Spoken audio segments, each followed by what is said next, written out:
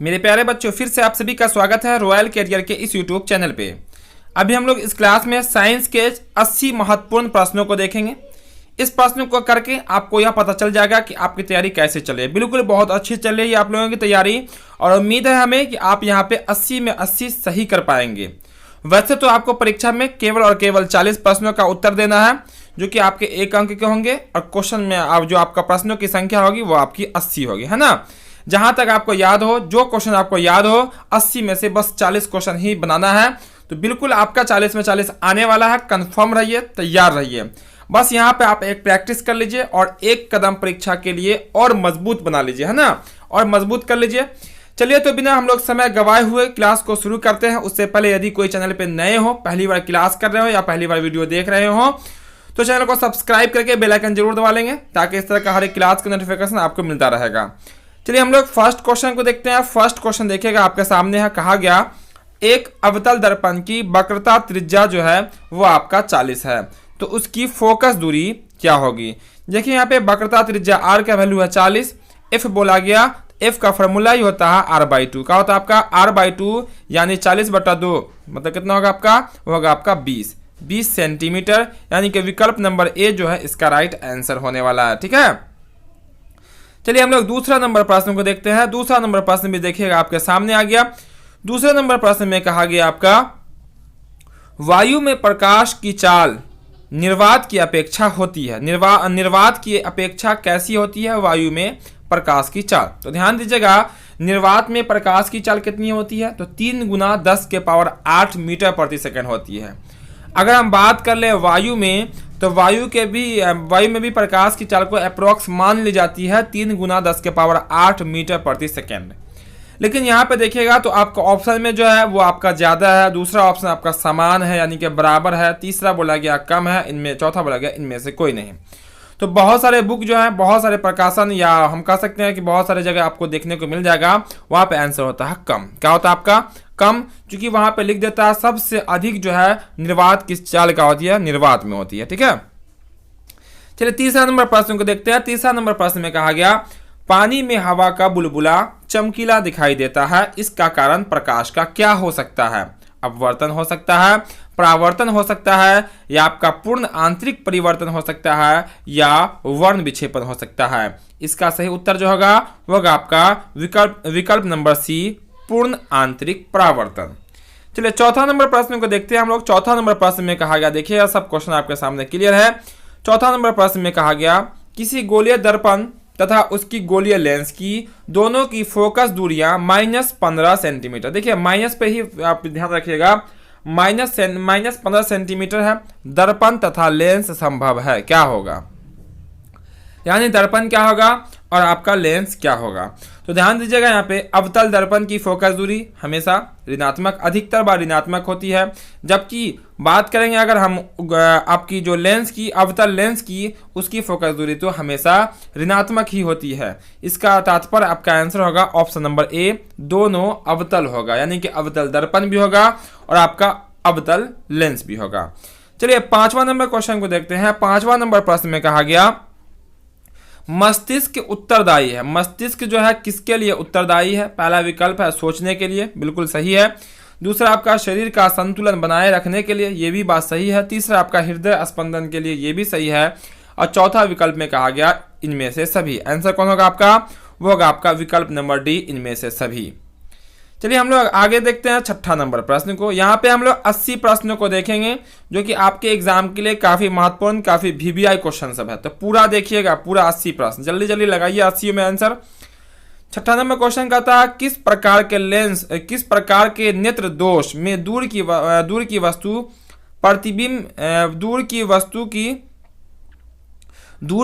प्रतिबिंब रेटिना से पहले रेटिना से पहले किस दोष में बन जाता है, ये हमें बतानी है। 4 विकल्प यहाँ पे दिए गए।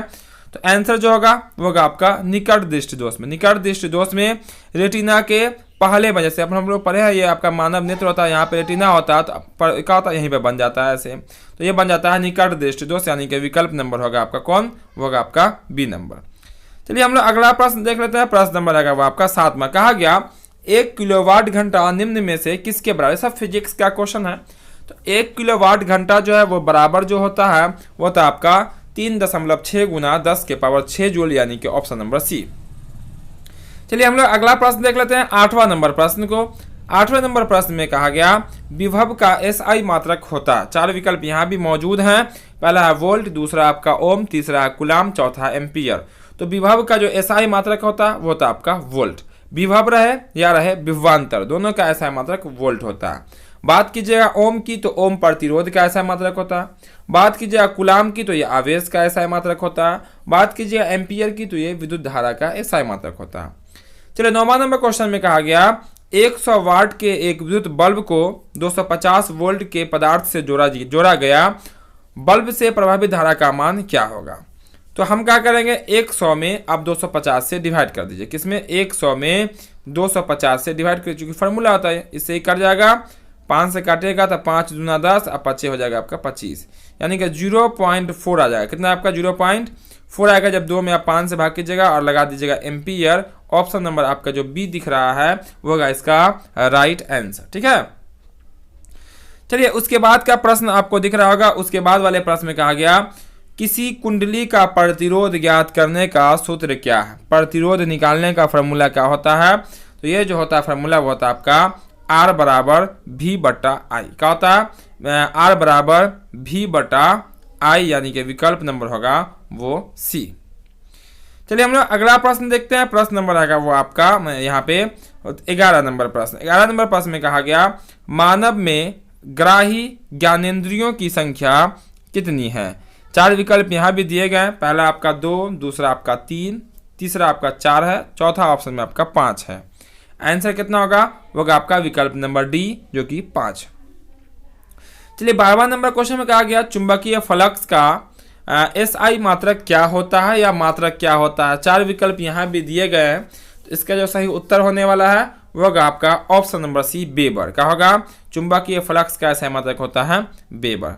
तो 12 क्वेश्चन आपके कंप्लीट हो गए। बस तुरंत 13वां नंबर क्वेश्चन भी आपके सामने आने वाले हैं। बिल्कुल 13वां नंबर क्वेश्चन भी आपके सामने आ चुका है, तो जल्दी से बताएंगे 13 का भी आंसर। कहा गया घरेलू विद्युत आपूर्ति वाले एसी की आपूर्ति क्या होती है। देखिए एसी मतलब अल्टरनेटिंग करंट, जिसको हम लोग प्रत्यावर्ती धारा कहते हैं। तो घर में जो आता है एसी उसकी आवृत्ति जो होती है वो होती है आपकी 50 हर्ट्ज, यानी कि विकल्प नंबर होगा आपका बी। तो सब स्टूडेंट आंसर बताते रहेंगे, ठीक है, जिससे आपको पता चलेगा कि आपका कितना सही आ रहा है। यहाँ से आपकी क्या हो जाएगी, प्रैक्टिस हो जाएगी पूरी। कहा गया 14 नंबर में इनमें कौन जैव मात्रा ऊर्जा स्रोत का उदाहरण देखिएगा यहाँ पे नहीं है। कौन नहीं है ये बताना है। पहला ऑप्शन आपका लकड़ी है, दूसरा आपका गोबर गैस है, तीसरा आपका कोयला है, चौथा विकल्प में नाभिकीय ऊर्जा है। तो इसका जो सही उत्तर होगा वो होगा आपका नाभिकीय ऊर्जा। कौन, नाभिकीय ऊर्जा। चलिए 15 नंबर क्वेश्चन में कहता है आपका पित्त रस कहाँ से स्रावित होता है। पित्त रस कहाँ से निकलता है। 4 विकल्प यहाँ दिए गए। पहला आपका अग्नाशय से, दूसरा आपका यकृत से, तीसरा आपका छोटी आंत से, चौथा बोला गया इनमें से कोई नहीं। तो पित्त रस जो निकलता है वो निकलता है आपकी यकृत से, यानी कि विकल्प नंबर बी होगा इसका राइट आंसर। तो सब क्वेश्चन देखते रहिएगा, बहुत इजी क्वेश्चन सब है और ऐसे ही क्वेश्चन आपके एग्जाम में आएगा, बिल्कुल आएगा एग्जाम में। तो आपको पूरा 100% याद होना चाहिए। फिलहाल आप 16 नंबर क्वेश्चन का आंसर बताएंगे। 16 नंबर क्वेश्चन में कहा गया विद्युत चुंबक बनाने वाले प्रायः किस पदार्थ के छड़ का उपयोग होता है। विद्युत चुंबक बनाने में किस छड़ का उपयोग करते हैं हम लोग। इस्पात है, पीतल है, नरम लोहा है और इनमें से कोई नहीं। तो इसका उत्तर बिल्कुल सही आ रहा है सबका, नरम लोहा। ठीक है, जो क्वेश्चन आपको दिख रहा है बस वैसी का आंसर आपको बताना है, हमसे ठीक पहले बताना, ठीक है, बहुत पहले भी नहीं बता देना है। 17 नंबर क्वेश्चन में कहा गया 100 वाट 220 वोल्ट के विद्युत बल्ब के तंतु का प्रतिरोध क्या होगा।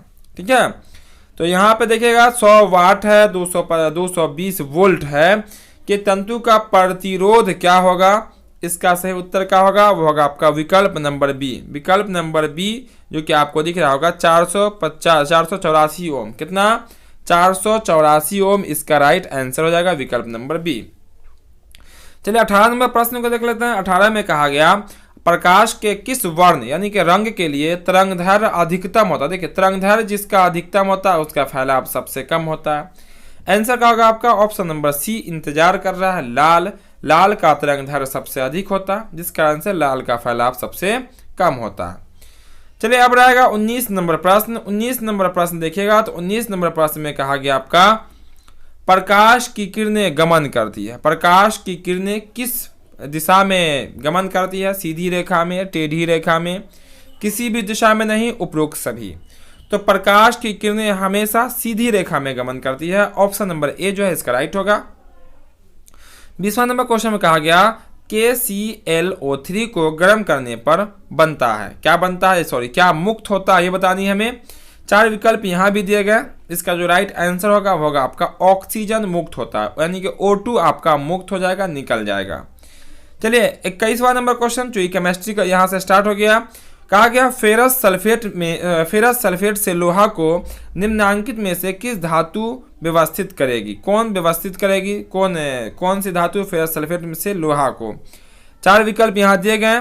तो इसका जो राइट आंसर होने वाला है वो होगा आपका जिंक, यानी कि Zn। चलिए हम लोग अगला प्रश्न नंबर रहेगा वो आपका 22 नंबर। 22 नंबर प्रश्न में कहा गया एसिटिक अम्ल एक है, वो क्या आपका प्रबल अम्ल है या निर्बल अम्ल है या दोनों है या इनमें से कोई नहीं है? तो इसका जो राइट आंसर होगा वो होगा आपका ऑप्शन नंबर बी निर्बल, क्या आपका निर्बल अम्ल। निर्बल अम्ल यानी कि ऑप्शन नंबर बी इसका राइट आंसर होगा। चलिए 23 नंबर क्वेश्चन कहता है बेकिंग सोडा का सूत्र है। बेकिंग सोडा का सूत्र यानी कि फॉर्मूला हमें बतानी है। इसका जो सही उत्तर होगा वो होगा आपका NaHCO3 यानी कि विकल्प नंबर आपका बी। कहा गया आपका पीतल है। पीतल क्या है? एक धातु है, अधातु है, उपधातु है या मिश्र धातु है? इसका जो सही उत्तर होगा वो होगा आपका पीतल एक मिश्र धातु है, यानी कि ऑप्शन नंबर डी। बहुत इजी क्वेश्चन है और ऐसे एक क्वेश्चन आपके एग्जाम में भी आएंगे, ठीक है। चलिए यहाँ पे हम लोग क्वेश्चन नंबर 25 को देखते हैं। 25 नंबर में कहा गया एक धातु जिसे चाकू से आसानी से काटा जा सकता है वो कौन सा होगा? 4 विकल्प यहाँ दिए गए, जस्ता है, तांबा, पारा, सोडियम। आंसर क्या होगा आपका? होगा आपका सोडियम। सोडियम को हम लोग आसानी पूर्वक चाकू से काट सकते हैं। चलो 26 नंबर क्वेश्चन है। कहा गया आपका हेमाटाइट अयस्क है। हेमाटाइट किसका अयस्क है ये बताना है। 4 विकल्प यहाँ पे दिए गए आपका एल्युमिनियम है, लोहा है, कॉपर है। यहाँ पे सही उत्तर जो होगा वो होगा आपका Fe यानी कि लोहा का। विकल्प नंबर बी इसका राइट आंसर होगा। 27वां नंबर क्वेश्चन कहा गया कार्बन का इलेक्ट्रॉनिक विन्यास है। कार्बन का इलेक्ट्रॉनिक विन्यास क्या होगा? इसका उत्तर होगा option number A 1s2 2s2 2p2 है ना, यानी कि विकल्प नंबर ए जो है वो उसका राइट आंसर हो जाएगा। तो पूरा क्लास में बने रहिएगा, ठीक है। हर एक क्वेश्चन का आंसर आप बताते रहिएगा। 28 नंबर क्वेश्चन में कहा गया इथीन के बहुलीकरण से बनता है। इथीन के बहुलीकरण से क्या बनता है? 4 विकल्प यहाँ दिए गए। इसका जो राइट आंसर होगा वो होगा आपका पॉलीथीन। क्या बनेगा? पॉलीथीन। अब इस क्वेश्चन को ऐसे ही पूछा जा सकता है पॉलीथीन किसके बहुलीकरण से बनता है? तो आंसर क्या होगा? वो होगा आपका इथीन।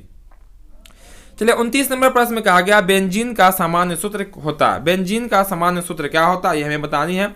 4 विकल्प यहाँ दिए गए। तो इसका जो राइट आंसर होने वाला, सही उत्तर जो होने वाला वो होगा आपका C6H6। क्या होगा? C6H6 ये होगा इसका राइट आंसर। तो हम लोग अगला प्रश्न नंबर आएगा वो आपका 30 नंबर क्वेश्चन को देखते हैं। 30वां नंबर प्रश्न भी आपके सामने है। 30वां में कहा गया आपका स्टेनलेस स्टील मिश्र धातु है। ये किसका मिश्र धातु है यह बतानी है। 4 विकल्प यहाँ भी मौजूद हैं। इसका जो सही उत्तर होगा वो होगा आपका लोहा का। किसका? स्टेनलेस स्टील किसका मिश्र धातु होता है? तो होता है आपका लोहा का। चलिए अगला प्रश्न देखते हैं। प्रश्न नंबर आएगा वो आपका 31 नंबर। 31 नंबर प्रश्न में कहा गया न्यूलैंड्स ने अष्टक नियम कब दिया था? अष्टक नियम न्यूलैंड्स ने दिया था, तो कब दिया था ये बतानी है। 4 विकल्प यहाँ भी दिए गए। इसका जो उत्तर होगा वो होगा आपका 1893 में। कब? 1893 में। तो 32 नंबर प्रश्न को देखते हैं। 32 नंबर प्रश्न में कहा गया pH का मान 7 हो तो विलयन क्या होगा? pH का मान एग्जैक्ट 7 है तो क्या होगा? सबको पता होनी चाहिए इसका आंसर। इसका जो आंसर होगा वो होगा आपका उदासीन। क्या होगा? वो उदासीन होगा। 7 से कम होगा अम्लीय, 7 से अधिक होगा वो होगा आपका क्षारीय।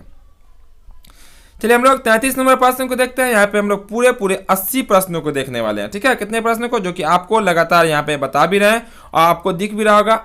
आपके भी आए 80 प्रश्न होंगे जो कि साइंस के हैं, जो कि आपके एग्जाम में आने वाले क्वेश्चन होंगे। बस प्रैक्टिस करते रहेगा, यही से क्वेश्चन बनाई भी जाती है। चलिए 33 में कहा गया आवर्त सारणी के प्रथम वर्ग के सदस्य क्या कहलाते हैं? वो क्या होता है आपका? अम्लीय धातु होता है या क्षारीय धातु होता है या अक्रिय गैस होता है या आपका मिश्र धातु होता है। इसका जो सही उत्तर होगा वो होगा आपका विकल्प नंबर बी, क्षारीय धातु। क्या होगा आपका? क्षारीय धातु होता है। चलिए 34 नंबर क्वेश्चन। 34 में कहा गया आपका ग्लूकोज। ग्लूकोज होगा यहाँ पे। ग्लूकोज का आणविक सूत्र क्या होता है? बहुत इजी क्वेश्चन है। ग्लूकोज का आणविक सूत्र होता क्या है? इसका सही उत्तर, तो इसका जो सही उत्तर होगा वो होगा आपका C6H12O6। ऑप्शन नंबर जो है ए इसका राइट आंसर हो जाएगा। चलिए 35 नंबर क्वेश्चन में कहता है अब तक कितने तत्वों का पता लगा चुका है। ठीक है, अब तक कितने तत्वों का पता लग चुका है। इसका जो राइट आंसर होगा वो होगा आपका 114। चूंकि हम लोग बुक के अकॉर्डिंग बात करेंगे तो बुक में जो छपा रहता है उसी की बात करेंगे, प्रेजेंट की बात हम लोग नहीं करते हैं। ठीक है, यहाँ पे जो बुक के अकॉर्डिंग, जो आपके सिलेबस में अकॉर्डिंग की बात कीजिए तो 114 ही है। चलिए हम लोग आगे देखते हैं अगला प्रश्न, जो कि रहेगा प्रश्न नंबर आपका वो 36 नंबर।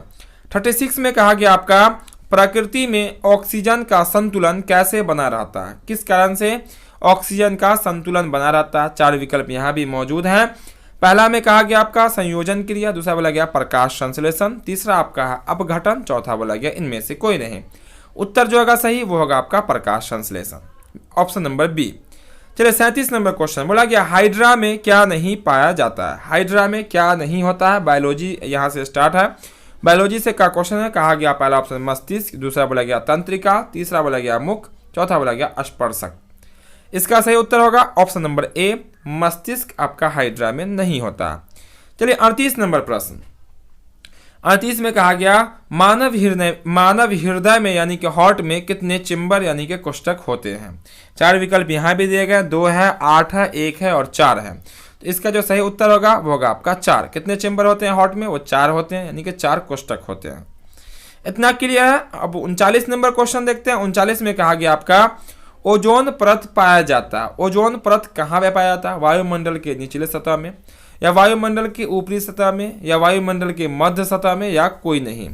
इसका सही उत्तर जो होगा वो होगा आपका वायुमंडल के ऊपरी सतह में। क्या होता है आपका? वायुमंडल के ऊपरी सतह में, यानी कि ऑप्शन नंबर होगा आपकी बी। चलिए यहाँ पे अगला प्रश्न देखते हैं। प्रश्न नंबर रहेगा वो आपका 40 नंबर। 40 नंबर प्रश्न को देख लेते हैं। 40 नंबर प्रश्न में कहा गया आपका रक्त में आयरन की कमी से होने वाला एक रोग है। रक्त में आयरन की कमी से कौन सा रोग होता है? 4 विकल्प दिए गए आपका टीबी है, मधुमेह है, उच्च रक्तचाप है और एनीमिया है। तो सबको पता होना चाहिए कि रक्त में जब आयरन की कमी होगी, यानी कि रक्त में आयरन की कमी होगी तो एनीमिया रोग होगा, यानी कि विकल्प नंबर होगा वो आपका सी। चलिए अगला प्रश्न नंबर आएगा वो आपका 41 नंबर। 41 नंबर प्रश्न देखिएगा तो 41 नंबर प्रश्न में कहा गया पे ऑक्सीन है। क्या बोला गया? ऑक्सीन है। 4 विकल्प दिए गए हैं। आपका पहला है वसा, दूसरा आपका एंजाइम, तीसरा आपका हार्मोन, चौथा आपका कार्बोहाइड्रेट। तो यहाँ पे इसको ध्यान से देखिएगा तो आपको लिखा हुआ दिखेगा ऑक्सीन। क्या दिख रहा है आपको? ऑक्सीन। तो एक होता है ऑक्सीन, एक होता है ऑक्सीन। तो ऑक्सीन का होता है वो होता है आपका वसा। क्या होता है? वसा। जबकि ऑक्सीन का होता है वो होता है आपका हार्मोन। तो यहाँ पे आंसर जो होगा वो होगा आपका विकल्प नंबर ए, वसा। चलिए 42 नंबर प्रश्न को देखते हैं। 42 में कहा गया द ओरिजिन ऑफ स्पीसीज नामक पुस्तक किसने लिखी? 4 विकल्प यहाँ मौजूद हैं। बोला गया आपका चार्ल्स डार्विन, ओपेरियन है, लेमार्क है, इनमें से कोई नहीं। आंसर का होगा विकल्प नंबर ए, चार्ल्स डार्विन, यानी कि विकल्प नंबर ए। चलिए 43 नंबर क्वेश्चन। 43 में कहा गया क्लोरोफिल वर्णक का रंग होता है। कैसा होता है? हरा, नीला, लाल, सफेद। इसका सही उत्तर क्या होगा? वो होगा आपका हरा। पत्तियों का जो हरा रंग दिखाई पड़ता है इसी क्लोरोफिल के कारण दिखाई पड़ता है। चलिए हम लोग आगे देखते हैं अगला प्रश्न, जो कि रहेगा 44 नंबर। 44 नंबर प्रश्न में कहा गया आपका टिहरी बांध का निर्माण किस प्रदेश में किया गया? 4 विकल्प दिए गए। उत्तर प्रदेश है, उत्तराखंड है, राजस्थान है, मध्य प्रदेश है। इसका उत्तर क्या होगा? वो होगा आपका उत्तराखंड। उत्तराखंड इसका राइट आंसर होगा। सबको मजा आ रहा है? बिल्कुल मजा आ रहा होगा, क्योंकि आपको बिल्कुल याद है, आपकी तैयारी बहुत अच्छी चल रही है, तो आपको सबको आंसर देने में खूब मजा आ रहा होगा, है ना? तो सब लोग आंसर लगातार बताते चलिएगा। और मजा जब आ रहा हो तो क्लास को जो अब तक लाइक नहीं किए होंगे लाइक जरूर कर देंगे, और जो दोस्त अब तक क्लास में नहीं आए होंगे सबको शेयर भी कर देंगे, ताकि जो भी दोस्त होंगे, जितने दोस्त होंगे सब साथ मिल के जब यहाँ पे आंसर बताइएगा तो खूब मजा आएगा। चलिए 45 नंबर क्वेश्चन को देख लेते हैं अब हम लोग। कहा गया CFC का पूरा नाम क्या है? बहुत सारे स्टूडेंटों का आंसर आ गया था। तो इसका जो आंसर होगा वो होगा आपका ऑप्शन नंबर सी, क्लोरोफ्लोरोकार्बन। क्या होता है आपका? क्लोरोफ्लोरोकार्बन। चलिए 46 नंबर, ये क्वेश्चन तो बहुत ही आसान है, वो छोटे बच्चों वाला क्वेश्चन है। कहा गया एक वयस्क मनुष्य के कितने दांत होते हैं? आंसर का होगा 32 दांत होते हैं। सबको पता है वयस्क मनुष्य की बात हो रही है, ठीक है, जिसकी उम्र 18 से ऊपर हो। चलिए हम लोग 47 नंबर प्रश्न देखते हैं। 47 में कहा गया सही आहार श्रृंखला क्या? सही आहार श्रृंखला फूड चैन कौन सा हो सकता है? तो यहाँ पे जो आपको दिखेगा ऑप्शन नंबर डी, क्या दिख रहा है आपको? घास, हिरन, शेर। देखिए घास को खाता कौन? हिरन। हिरन को खाता शेर, बिल्कुल सही है। देखिए पहला आप देखिएगा, मछली को घास खाता है, तो गलत है। चिड़िया को सांप खाता है, ठीक है, ये तो बात सही है कि चिड़िया को सांप खाता है, लेकिन सांप को फिर घास नहीं खाती है। बकरी को घास, ऐसा तो नहीं है घास बकरी खाती है। ऑप्शन आंसर कौन होगा? विकल्प नंबर आपका होगा डी। चलिए 48 नंबर क्वेश्चन कहा गया ओजोन परत के अवक्षयन के लिए मुख्य रूप से कौन जिम्मेदार है? कौन जिम्मेदार है? इसका आंसर क्या होगा? वो होगा आपका CFC यानी कि क्लोरोफ्लोरोकार्बन। क्या होगा आपका? क्लोरोफ्लोरोकार्बन यानी कि CFC इसका राइट आंसर होगा। तो 48 भी क्लियर हो गया। बस तुरंत आपके सामने 49 आ जाएगा। बिल्कुल आ गई आपके सामने 49 नंबर क्वेश्चन।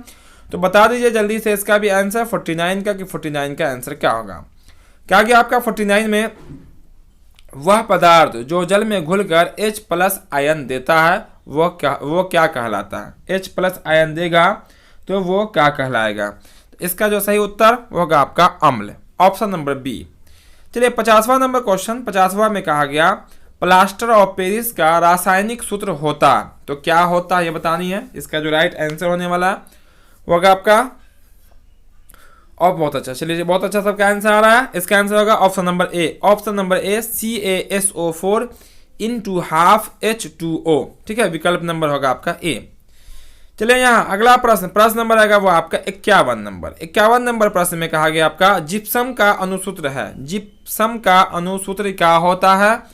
तो इसका जो राइट आंसर होगा वो होगा आपका विकल्प नंबर बी CaSO4 × 2H2O। क्या होगा आपका? 2H2O, यहीं पे ½ H2O लग जाएगा तो प्लास्टर ऑफ पेरिस बन जाएगा। चलिए 52 नंबर क्वेश्चन। 52 में कहा गया निम्नलिखित में कौन धातु है? चारों ऑप्शन में से कौन धातु है ये बतानी है। आंसर क्या होगा? वो होगा आपका कॉपर, विकल्प नंबर होगा आपका सी। बिल्कुल इजी क्वेश्चन था। चलिए अगला प्रश्न आपका आएगा 53 नंबर क्वेश्चन। 53 में कहा गया आपका लोहे का परमाणु संख्या। लोहे का परमाणु संख्या कितना होता है 53 नंबर क्वेश्चन का? तो इसका जो राइट आंसर होगा वो होगा आपका 26। तो सब स्टूडेंट लगातार आंसर बताते चलिएगा। पूरा 80 में 80 क्वेश्चन का यहाँ पे आंसर दीजिएगा, फिर खूब मजा आएगा जब याद होगा तो, और आपकी तैयारी बहुत अच्छी हो जाएगी, आपकी पूरी प्रैक्टिस हो जाएगी। और एग्जाम के टाइम में प्रैक्टिस जहाँ तक हो सके, जितना हो सके उतने क्वेश्चन हम लोग प्रैक्टिस करेंगे, सेट बनाएंगे। जितना सेट बनाएंगे उतनी तैयारी और मजबूत होती चली जाएगी। चलिए यहाँ पे 54 नंबर क्वेश्चन। 54 में कहा गया लोहा से जिंक लेपित करने की क्रिया को क्या कहते हैं? लोहा में जब जिंक को लेपेंगे उसको क्या कहेंगे? इसका आंसर होगा वो होगा आपका गैल्वेनीकरण। क्या होगा आपका? गैल्वेनीकरण यानी कि विकल्प नंबर बी। चलिए 55 नंबर क्वेश्चन कहा गया ब्रोमीन अधातु की अवस्था होती है। ब्रोमीन जो अधातु होती है उसकी अवस्था कैसी होती है? क्या वो ठोस होता है या गैस होता है या द्रव होता है? आंसर क्या होगा? वो होता है आपका द्रव। क्या होगा? विकल्प नंबर होगा डी। चलिए अगला प्रश्न देख लेते हैं। प्रश्न नंबर आएगा वो आपका 56 नंबर। 56 नंबर क्वेश्चन में कहा गया आपका, देखिएगा 56 में कहा गया निम्नलिखित में कौन उपधातु है? लोहा है, कॉपर है, निकेल है, Sb है ना। तो इसका आंसर आप कमेंट बॉक्स में बताइएगा कि इस चारों में से कौन आपका उपधातु है। इस चारों में से कौन उपधातु है? A, B, C या D। तो चलिए हम लोग यहाँ पर 57 नंबर क्वेश्चन को देखते हैं। 56 नंबर क्वेश्चन का आंसर आप बताएंगे। क्वेश्चन नंबर 57 में है या लास्ट में आपको बता देंगे, ठीक है, इसका आंसर। फिलहाल अभी आप आंसर बता दीजिएगा। 57 नंबर क्वेश्चन में कहा गया शुद्ध सोना कितने कैरेट का होता है? सबको पता होनी चाहिए शुद्ध सोना कितने कैरेट का होता है, तो 24 कैरेट का होता है। चलिए 58 नंबर कहा गया स्टेनलेस स्टील मिश्र धातु है। स्टेनलेस स्टील जो है किसका मिश्र धातु है ये बतानी है। 4 विकल्प दिए गए। इसका आंसर क्या होगा आपका option number A. Option number A इसका राइट आंसर हो जाएगा, ठीक है। तो 59 नंबर प्रश्न भी आपके सामने। 59 नंबर प्रश्न में कहा गया धातुएं अम्ल के साथ अभिक्रिया कर बनाती है। धातु जो है अम्ल के साथ अभिक्रिया करके क्या बनाती है ये बतानी है। 4 विकल्प यहाँ भी दिए गए। लवण और हाइड्रोजन है, यहाँ पे दिया गया बी में लवण और ऑक्सीजन, सी में कहा गया दोनों। तो ध्यान दीजिएगा, दो ये यहाँ पे जो आपको बनाती है क्वेश्चन नंबर 59 का, वो होगा आपका लवण और हाइड्रोजन का धातु जो है अम्ल के साथ अभिक्रिया करेगी तो बना देगा वो लवण और हाइड्रोजन। चलिए 60वां नंबर क्वेश्चन कहा गया तांबा का सबसे प्रमुख अयस्क निम्नलिखित में से कौन है। तांबा का सबसे बेहतर अयस्क बताना, तो वो होगा आपका कॉपर पाइराइट। विकल्प नंबर बी जो है इसका राइट आंसर होगा।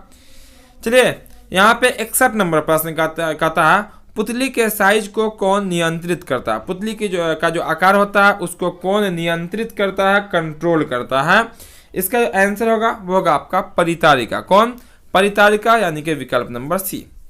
चलिए हम लोग आगे देख लेते हैं अगला प्रश्न जो कि रहेगा आपका 62 नंबर। 62 नंबर प्रश्न में कहा गया आपका देखिएगा निकट दृष्टि में अभिनेत्र लेंस की फोकस दूरी, नेत्र लेंस की फोकस दूरी क्या होती है? बढ़ जाती है या घट जाती है या अपरिवर्तित रहती है या इनमें से कोई नहीं। इसका आंसर क्या होगा? वो तो आपका घट जाता है। निकट दृष्टि उसमें क्या होता है, नेत्र लेंस की फोकस दूरी क्या होती है? बढ़ जाती है। चलिए 63 नंबर प्रश्न। 63 नंबर प्रश्न में कहा गया आपका नेत्र के जिस भाग पर किसी वस्तु का प्रतिबिंब बनता है, नेत्र के किस भाग पर किसी वस्तु का प्रतिबिंब बनता है? तो बहुत इजी क्वेश्चन है। इसका आंसर होगा रेटिना पे, जिसको हम लोग दृष्टि पटल भी कहते हैं, जो कि आंख के सबसे अंदर की भाग होती है। चलिए हम लोग आगे देखते हैं अगला प्रश्न जो कि रहेगा आपका 64 नंबर। 64 को देखिएगा तो 64 में भी क्लियर आपको दिख रहा होगा। कहा गया पृथ्वी पर वायुमंडल नहीं होता तो, अगर पृथ्वी पर वायुमंडल होता ही नहीं तो आकाश लाल प्रतीत होता, आकाश नीला प्रतीत होता, आकाश काला प्रतीत होता या आकाश सफेद प्रतीत होता। इसका आंसर क्या होगा? आकाश काला प्रतीत होगा। हम लोग पढ़ते हैं अंतरिक्ष यात्री को आकाश कैसा दिखता है, तो इसका राइट आंसर क्या होता है? काला, क्योंकि अंतरिक्ष में वायुमंडल नहीं होता। अगर पृथ्वी पर वायुमंडल नहीं होता तो आकाश यहाँ से काला दिखता। ठीक है, क्लियर है? Option number C. चलिए हम लोग अगला प्रश्न देख लेते हैं। प्रश्न नंबर आएगा वो आपका 65 नंबर। 65 नंबर प्रश्न में कहा गया एक सामान्य आंख के लिए दूर बिंदु, थोड़ा ध्यान से देख लीजिएगा, दूर बिंदु है, दूर बिंदु कितना होता है? वो होता है आपका अनंत। अगर निकट बिंदु होता है तो उसको कहिए आप 25 सेंटीमीटर या कहिए 0.25 मीटर। ठीक है, याद रखिएगा ध्यान से। 66 नंबर क्वेश्चन कहा गया विद्युत आवेश का एसआई मात्रक है। विद्युत आवेश का हम आपको पहले ही बता चुके हैं, आवेश का एसआई मात्रक क्या होता है? तो वो होता है आपका कूलाम। विकल्प नंबर होगा आपका सी। तो 66 क्वेश्चन भी कंप्लीट हो गया। अब हम लोग अगला प्रश्न यानी कि प्रश्न नंबर 67 को देखते हैं। चलिए तो 67 को देखते हैं। 67 में कहा गया आपका इलेक्ट्रॉन पर आवेश होता है, इलेक्ट्रॉन पे कितना कूलाम आवेश होता है? तो इसका जो सही उत्तर होने वाला है वो होगा आपका 1.6 × 10⁻⁻19 कूलाम। क्योंकि इलेक्ट्रॉन पे हमेशा ऋण आवेश होता है, तो ऋण आवेश आपकी क्या होती है? ऋण मतलब क्या होता है? नेगेटिव होता है, जो कि आपका माइनस दिखला रहा है आपको। 1.6 × 10 के पावर कितना होता है? 19 कूलाम होता है। चलिए हम लोग 68 नंबर प्रश्न को देखते हैं। 68 नंबर प्रश्न में कहा गया 1 वोल्ट का आपका 1 वोल्ट बराबर है तो क्या होता है? वो होता है आपका जूल प्रति कूलाम। क्या होता है? जूल प्रति कूलाम, यानी कि विकल्प नंबर सी। 69 नंबर प्रश्न में कहा गया विद्युत परिपथ में ए मीटर को लगाया जाता है। ए मीटर को किस क्रम में लगाया जाता है? बहुत इजी क्वेश्चन है, आंसर होगा आपका श्रेणी क्रम में। अगर यही वोल्ट मीटर होता तो इसका आंसर बदल के समांतर क्रम हो जाता। 70 नंबर क्वेश्चन है, बोला गया विभवांतर की माप किस यंत्र द्वारा की जाती है? तो विभवांतर की जो माप की जाती है वो किससे? तो वो की जाती है आपकी वोल्ट मीटर। ऑप्शन नंबर होगा आपका सी। थोड़ा ध्यान से देखिएगा तो डी में आपको वोल्टामीटर दिख रहा होगा। कितना दिख रहा होगा? वोल्टामीटर। तो थोड़ा ध्यान से आंसर करना होता है। ठीक है, चलिए यहाँ पे 71 नंबर प्रश्न को देख लेते हैं। 71 नंबर प्रश्न में कहा गया मनुष्य में पाचन की क्रिया आरंभ होती है, यानी कि मनुष्य में भोजन का पचना कहाँ से शुरू होता? 4 विकल्प दिख रहा होगा। बहुत सारे स्टूडेंट का आंसर बहुत तेजी से आ रहा है। बिल्कुल आप लोग भी आंसर सब लोग बताते चलिएगा। बोला गया आपका मुख से। किससे? मुख से आ रहा है। चलिए 72 नंबर क्वेश्चन में कहा गया परामीशियम का एक जीव है। परामीशियम का एक जीव क्या होता है? एक कोशिकीय है, बहुकोशिकीय है, एक उत्तकीय है या बहुउत्तकीय है? आपका आंसर क्या होगा? वो होगा आपका विकल्प नंबर ए, एक कोशिकीय। ठीक है, एक कोशिकीय। चलिए 73 नंबर प्रश्न का आपका सामान्य अवस्था में एक स्वस्थ व्यक्ति का रक्तचाप क्या होता है? रक्तचाप क्या होता है? बहुत इजी क्वेश्चन, जिसको हम लोग बीपी कहते हैं। वो होगा आपका 120/80। कितना? 120/80। चलिए अगला प्रश्न नंबर आएगा वो आपका 34 में कहा गया अमाशा में आने वाला भोजन होता है, वो अम्लीय होता है, क्षारीय होता है, उदासीन होता है, इनमें से कोई नहीं। आंसर क्या होगा? वो आपका अम्लीय होता है। क्या होता है? अम्लीय। चलिए अगला प्रश्न देख लेते हैं हम लोग। प्रश्न नंबर आएगा वो आपका 75 से। 75 नंबर प्रश्न में कहा गया आपका मछली के हृदय में कितने कोष्ठक होते हैं? मछली के हृदय में कितने कोष्ठक होते हैं, कितने चेम्बर होते हैं? मानव का तो पढ़ ही लिए हम लोग, वहाँ 4 था, यहाँ आंसर होगा 2, ऑप्शन नंबर ए। यहाँ आपका मछली है। चलिए यहाँ पे देखिएगा अगला प्रश्न नंबर आएगा वो आपका 76 में कहा गया निम्न में परजीवी पादप का उदाहरण है। कौन इसमें से परजीवी पादप है ये बतानी है। 4 विकल्प यहाँ मौजूद हैं। आपका जो आंसर होगा वो होगा आपका विषाणु। क्या होगा? विषाणु, यानी कि विकल्प नंबर डी। चलिए 77 में कहा गया चूने के पानी का रंग कार्बन डाइऑक्साइड की उपस्थिति में कैसा होता है? CO2 मतलब कार्बन डाइऑक्साइड की उपस्थिति में कैसा हो जाता है चूने के पानी का रंग? 4 विकल्प यहाँ भी मौजूद हैं। तो इसका जो सही उत्तर होगा वो होगा आपका दूधिया। कैसा? दूधिया हो जाता है। चलिए 78 नंबर प्रश्न में कहता है आपका रेजिन किस पौधे का उत्सर्जी पदार्थ है? रेजिन जो है किस पौधे का उत्सर्जी पदार्थ है? तो इसका भी आंसर जो होगा वो होगा आपका चीर का। किसका? चीर का। चलिए अगला प्रश्न देख लेते हैं हम लोग। प्रश्न नंबर आएगा वो आपका 79 में कहा गया मानव हृदय में कितने कोष्ठक होते हैं? ये भी क्वेश्चन लगता है रिपीट हो गया। मानव हृदय में कितने कोष्ठक होते हैं? अभी जस्ट हम आपको बताएं तो वो होते हैं 4। ठीक है। अब यहाँ पे क्वेश्चन देखिएगा तो क्वेश्चन 80 नंबर आपको दिख रहा होगा, लेकिन इसका सब ऑप्शन आपको नहीं दिख रहा होगा। कोई बात नहीं है, हम आंसर बता देते हैं इसका। बोलेगा स्वपोषी पोषण के लिए आवश्यक है। पहला ऑप्शन है कार्बन डाइऑक्साइड तथा जल, दूसरा ऑप्शन है क्लोरोफिल, तीसरा सूर्य का प्रकाश, चौथा आपका उपरोक्त सभी। तो स्वपोषी के लिए आपकी सभी की जरूरत पड़ती है, यानी कि उपरोक्त सभी, कार्बन डाइऑक्साइड तथा जल की भी, सूर्य का प्रकाश का भी और क्लोरोफिल का भी। तो ये थे आज के क्लास के 80 महत्वपूर्ण प्रश्न जो कि आपके एग्जाम में आने वाले प्रश्न थे, यानी कि आपके लिए काफ़ी VVI प्रश्न थे। तो जिन स्टूडेंटों को याद नहीं हो बिल्कुल 100% याद कर लेना है। ऐसे तो यहाँ पे बहुत सारे स्टूडेंटों ने सही आंसर यहाँ पे कमेंट किया है, तो आप बता देंगे कि आपका कितना सही हुआ 80 में। जिनका 80 में 75 प्लस सही हुआ होगा उनकी तैयारी समझिए तो ठीक ठाक चल रही है। जिनका 50-40 सही हुआ होगा उनको अभी भी वक्त है, समय है और पूरा जोर लगा देना है और अभी से भी तैयारी कर सकते हैं। ठीक है, अभी से भी आप खूब अच्छे तरीके से तैयारी कर सकते हैं। तो याद कीजिए उसको। ठीक है, PDF हम आपको उपलब्ध करा देंगे, वहाँ से भी आप याद कर सकते हैं। तो जो क्लास को अब तक लाइक नहीं किए होंगे, क्लास को हर एक स्टूडेंट लाइक कर देंगे। जो चैनल पे पहली बार होंगे तो चैनल को सब्सक्राइब करके बेल आइकन जरूर दबा लेंगे, ताकि जो भी समय बचा है उस समय में आप बिल्कुल आसानी पूर्वक अपनी तैयारी कर सकते हैं और यहाँ से लगातार आपका क्लास चलता रहेगा। तो फिर मिलते हैं हम लोग बहुत जल्द अगले क्लास में नए क्वेश्चन के साथ। जय हिंद।